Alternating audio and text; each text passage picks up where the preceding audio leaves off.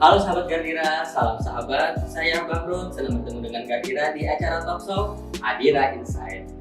Oke, hari ini kami sudah mengundang narasumber dari salah satu BPS senior di Sentra Ops Region Kalimantan, yaitu Mbak Jija.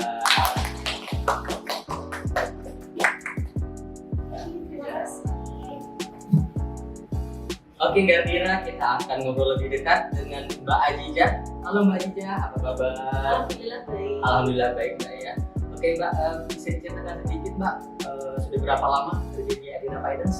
Oke, kalau saya bekerja di Adira sebagai PPS sudah selama 6 tahun lebih sih. 6 tahun tahun. 2018. Oke, lumayan lama juga Mbak ya. Oke, untuk job desk sendiri PPS itu apa sih Mbak? Oke, baik, kalau untuk PPS untuk proses PPD antara lain memeriksa kelengkapan dokumen tagihan dan verifikasi tagihannya dari cabang ataupun dari dealer. Kita juga melakukan follow up untuk kekurangan dokumen. Kita juga melakukan verifikasi telepon ke nasabah sebelum melakukan PPD.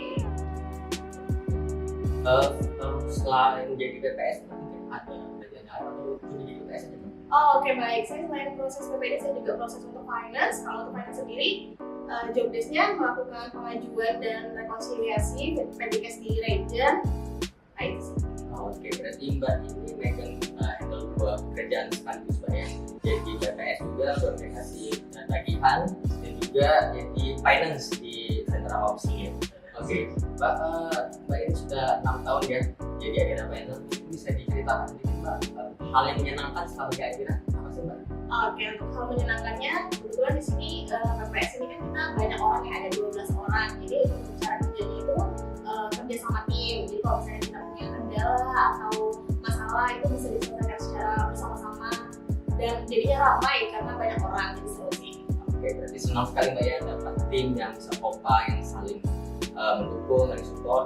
Oke, gitu Mbak ya. Oke Mbak, di kerjaan kan kita pasti ya mengalami yang namanya under pressure Mbak ya. Nah, tekanan. Cara Mbak Aja sendiri untuk menghandle ketika mendapatkan under pressure gimana? Oke, baik. Sebenarnya kalau untuk under pressure di semua pekerjaan atau apa yang kita lakukan pasti ada under pressure-nya ya.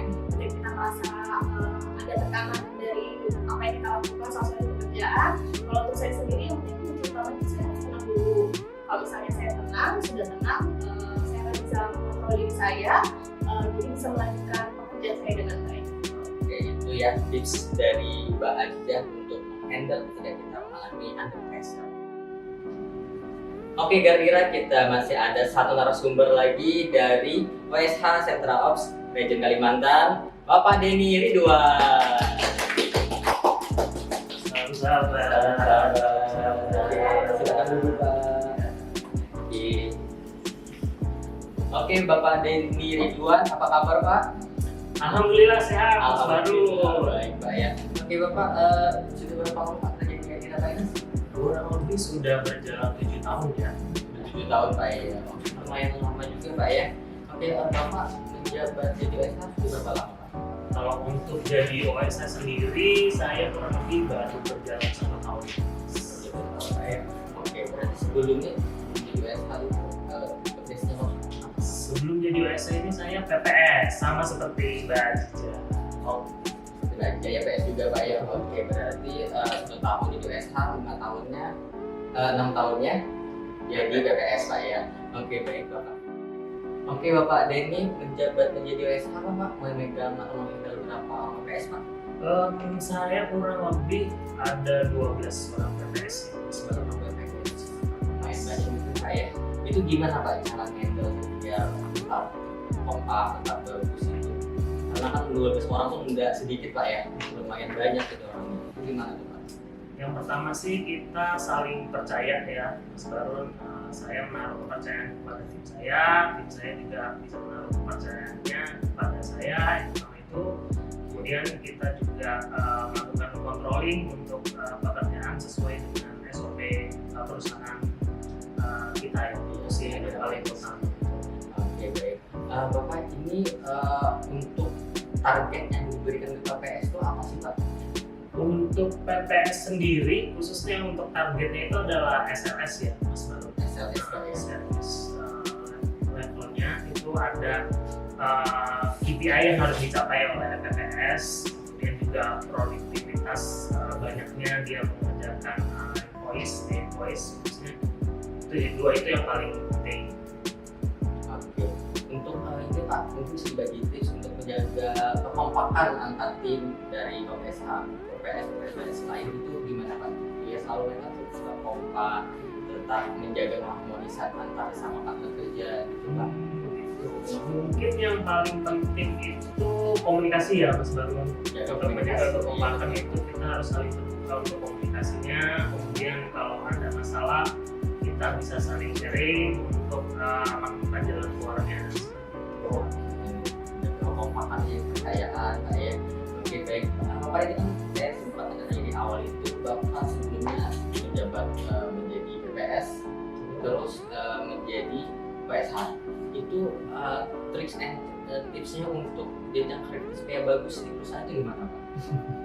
Kalau tips and tricksnya mungkin dari saya ya, ini disclaimer dulu, mungkin sebelumnya nggak bisa diterapin di setiap orang, tapi tergantung dari kondisinya mereka seperti apa. Tapi yang paling bisa kita terapin itu adalah kita tahu apa yang harus kita kerjakan dan kita tahu targetnya seperti apa, kemudian eksekusinya juga harus maksimal. Itu sih garis besarnya. Oke baik. Oke sahabat Gardira, jadi itu tips dan trik dari OSH kita supaya kita bisa di jenjang karir kita dapat bagus di pekerjaan ya. Oke sahabat Gardira, kita lanjut ke sesi selanjutnya yaitu titipan pertanyaan dari sahabat Gardira. Oke, jadi Mbak Aziza dan Bapak Denny Ridwan, kita ada titipan pertanyaan ya dari sahabat Gardira. Ini pertanyaan yang pertama ini, hal lucu apa yang pernah dialami selama menjadi PPS dan juga Bapak OSH? Iya, di finance. Boleh Bapak dulu Pak? Silakan Mbak Aziza. Mungkin dari Mbak Aziza dulu kali ya. Oke baik, saya duluan ya. Kalau untuk hal lucu yang pernah dialami jadi PPS, mungkin salah satunya karena tadi saya sebutkan ada job desk saya tuh melakukan verifikasi telepon ke nasabah ya. Jadi kadang ada masanya ketika kita telepon nasabah, karena ditelepon pakai nomor baru, jadi nasabah itu bisa salah paham, dikira penipuan atau semacamnya gitu. Terus mungkin kalau ada yang lucunya lagi, kita telepon nasabah, misalnya ini nasabahnya seorang suami yang telepon yang angkat istrinya, karena dengar nama dari Adira itu kan seperti nama perempuan juga ya, jadi dikiranya itu perempuan dari mana, terus marah-marah gitu, dibilangnya Adira ini siapa, Adira dari mana gitu sih. Cuman untuk saat ini kita bisa handle semua. Bisa handle, jadi sempat dikira nasabah itu Mbak selingkuhan suaminya gitu ya. Oke, ini dari Bapak Denny mungkin apa ini? Kurang lebih sama ya sama Mbak Aziza, itu salah satu hal yang lucu yang pernah saya temuin selama kerja di sini. Juga melihat respon teman-teman saat menghadapin hal lucu tersebut, itu juga sebuah kelucuan tersendiri buat saya sih. Iya. Jadi mungkin mendengar cerita dari PPS juga Pak ya, ikut terbawa lucunya Pak ya. Oke, ini selanjutnya ada pertanyaan dari sahabat Gardira lagi. Jadi PPS atau menjadi OSH itu ada minimal target khas? Oke, saya lagi nih Pak, dulu lagi. Tadi lanjut seperti itu ya.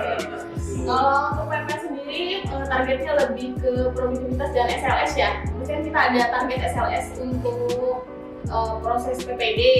Jadi yang penting kita SLS-nya jangan sampai melewati batas, harus menyelesaikan pekerjaan. Proses PPD kita harus lebih cepat gitu sih, supaya cepat dilakukan pencairan. Bisa dari Bapak apa? Betul, saya tambahin sedikit dari yang dijelaskan Mbak Aziza tadi. Sebenarnya untuk IPN kita di PPS itu ada 3. Yang pertama itu adalah SLS yang dijelaskan Mbak Aziza tadi. Kemudian produktivitas banyaknya jumlah invoice yang diproses oleh PPS. Kemudian yang terakhir itu adalah temuan audit ya, temuan audit, seberapa banyak temuan audit yang itu juga menjadi salah satu KPI di PPS. Oke baik. Oke, ini pertanyaan selanjutnya lagi, gimana cara menghilangkan kebosanan dalam bekerja biar kita tidak jenuh gitu Pak ya, tiap hari, tiap menit mungkin liatin ke laptop, itu gimana? Dari Mbak Aziza dulu. Oke, untuk menghilangkan kebosanan ya, salah satunya yang pasti karena kita di dalam ruangan ada beberapa orang, kita bercanda satu sama lain, mendengarkan lagu misalnya, tapi kita tetap sambil bekerja, itu sudah lumayan menghilangkan kebosanan dan bisa fresh kembali melakukan pekerjaan. Oke, baik. Tips dari Mbak Ajija. Selanjutnya Bapak Denny, apa nih? Kalau dari saya sih ini Mas Harun, karena kita kebanyakan kerjanya di depan laptop dan duduk, kayaknya kita sering-sering stretching deh. Stretching Pak ya. Stretching, Karena kan kita kerja, kadang bisa waktu olahraga Pak ya. Betul. Jadi sering-sering stretching aja, terus sering-sering temannya di tempat duduk lain. Kalau sih sudah Siap, bisa siap. bisa. Oke, ini ada terakhir nih Pak, pertanyaan dari sahabat Gadira. Sebelumnya mungkin Mbak Ajija bangga kan ya kerja di Adira PNS. Oh Bapak jelas. Denny juga ya. Oh, Nah, ini pertanyaannya, apa yang membuat bangga Mbak Ajija dan Bapak Denny menjadi karyawan di Adira PNS? Oke, kalau untuk saya pribadi, apa yang membuat saya bangga bekerja di Adira, karena Adira ini salah satu pembiayaan terbesar di Indonesia ya. Itu udah menjadi salah satu kebanggaan banget. Terus yang selanjutnya, semua teman-teman yang baik yang ada di kantor ataupun di luar kantor atau di cabang lain, itu semuanya bisa diajak kerjasama dan saling berkomunikasi dengan baik. Oke, baik. Bapak Denny? kayaknya jawaban kita sama ya. Sehati ya, ini antara PPS sama OSH-nya sehati. Karena bangganya itu tadi Mas, menjadi bagian dari salah satu perusahaan pembiayaan terbaik lah di Indonesia. Itu sih. Iya, siapa sih yang nggak bangga Pak ya berada di salah satu di perusahaan satu besar di Indonesia, Adira Finance. Siapa yang nggak kenal gitu Pak ya? Semua orang kayaknya kenal, orang ngajukan kredit dan mana sih caranya Adira di mana? Adira di mana gitu. Oke, baik. Oke, ini pertanyaan terakhir ya, Mbak Ajija dan Bapak Denny. Sebelum kita tutup acara kita, saya mau minta Bapak Denny dan Mbak Ajija untuk menjelaskan apa harapan kedepannya untuk usaha Adira Finance. Oke, kalau dari saya harapan untuk Adira menjadi, kita sudah yang terbaik ya, kita harus menjadi yang lebih terbaik lagi dengan penjualan yang lebih meningkat lagi. Kalau perlu kita bisa buka cabang di luar negeri.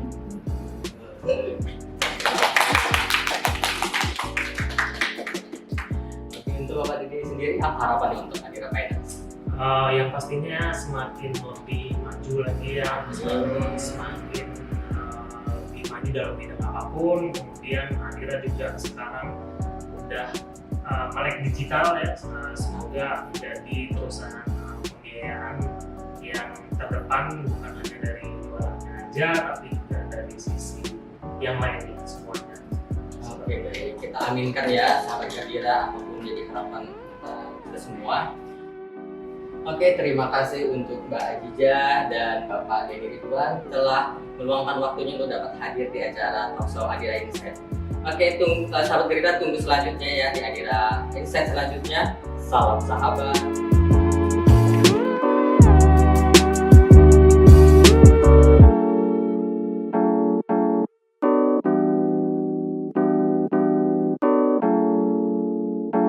Ini kita akan ngobrol lebih dekat dengan Mbak Ajija. Halo Mbak Ajija, apa kabar?